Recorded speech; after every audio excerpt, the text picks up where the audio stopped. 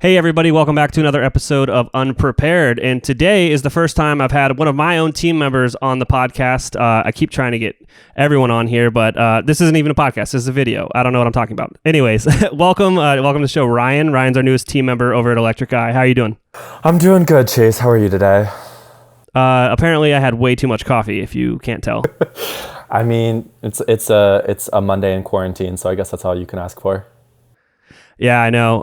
So for those that don't know, Ryan joined our team a little bit ago, and he has been managing client services for us and doing a lot of the marketing for us on the team. So Ryan has some insights that we're going to kind of jump into here about what actually has been going on within some accounts for some of our clients, what is working, what's not working, and just kind of some suggestions on what you kind of need to focus on during this time, maybe where you should be spending your money during this time. Yeah, how's that sound, Ryan? Yeah, I mean, I guess let's get into it. Awesome. So where do you want to start? Yeah, I guess like just kind of looking at some of like the trends and stuff that we're seeing that's happening right now.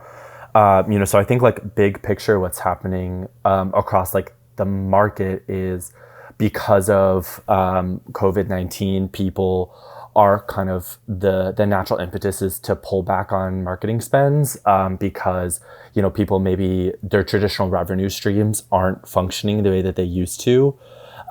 If someone's got more of a brick and mortar type of location, if they've got something that maybe hasn't always been digital, they're pulling back a little bit more on that money that they would have been putting into social ads, into Google ads, into wherever that is, when in actuality, what we're seeing with a lot of our clients is, because people are pulling back, it's cheaper. So the cost per clicks are going down to get in front of target audiences, and also return on ad spend is kind of skyrocketing because everyone's sitting at home, everyone's sitting on their phones or sitting on their computers, and there's less noise, there's less distraction going on in the world.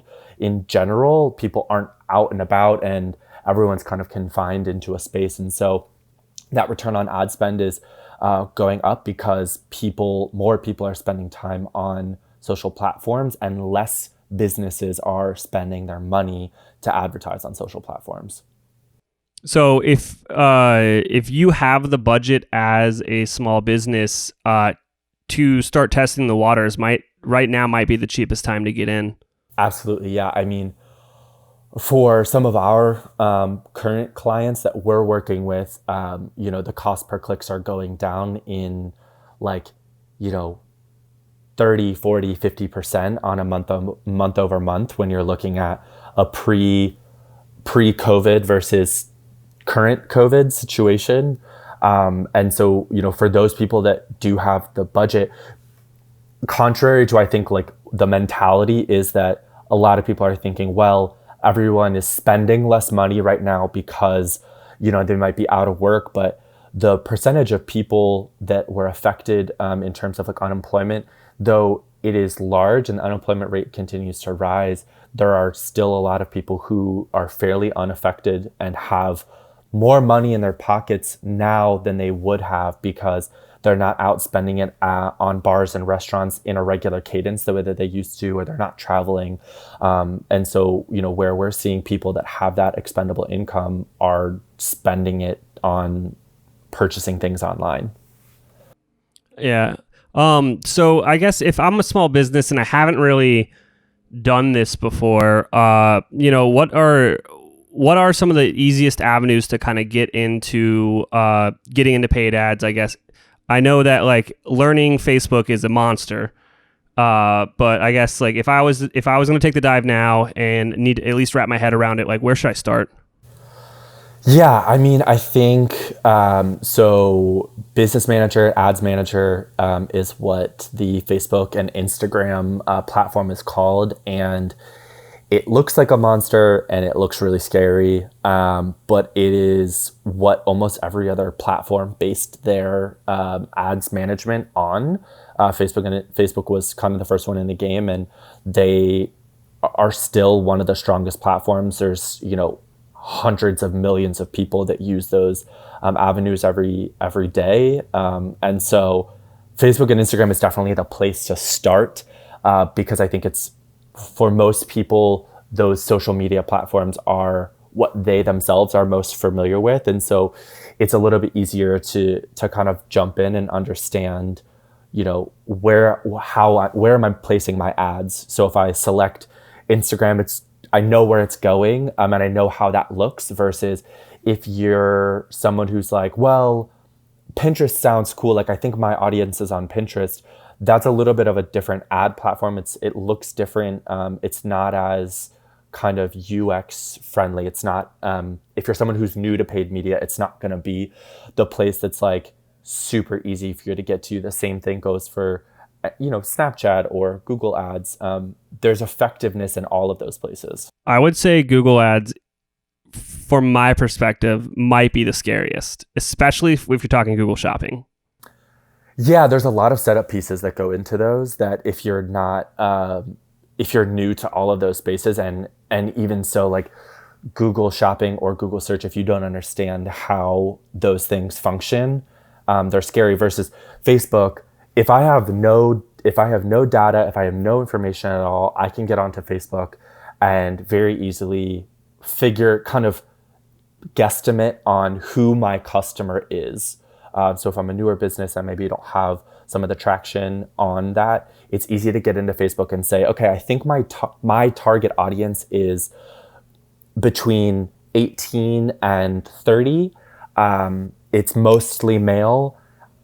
They like, watching ESPN. They're really into going to the gym and all of these things. And it's really easy to kind of break each of those things down and kind of stair step into Facebook, and then kind of figure things out as you go.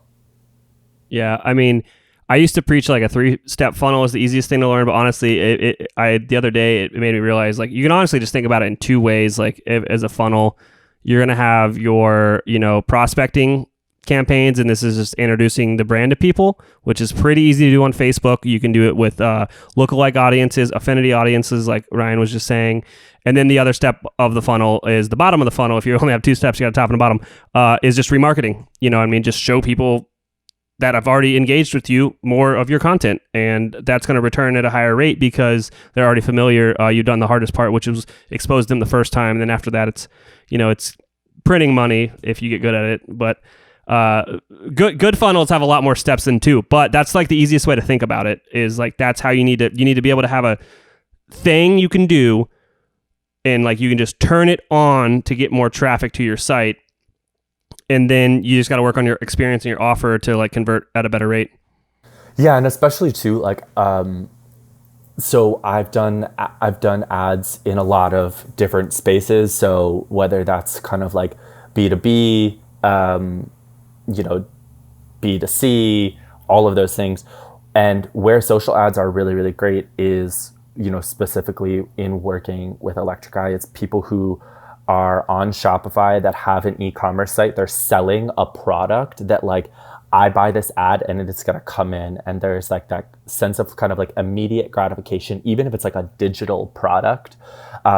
There is something really satisfying about that, and people are more willing to put money into that right now as a consumer, where I can say, I buy this, retail therapy or whatever it is. I buy this thing, I get it. And there's something really satisfying to that. And those types of products do really, really well with social ads, specifically, on Facebook and Instagram. Awesome, Ryan. I'm trying to keep this under 10 minutes. But this made me realize is we're just going to have to do a podcast episode together, because I'm sure we're just going to go down the deep end talking about all this stuff. Yeah, that's probably true. Awesome. All right. Thank you so much, Ryan. Yeah. Thanks, Chase.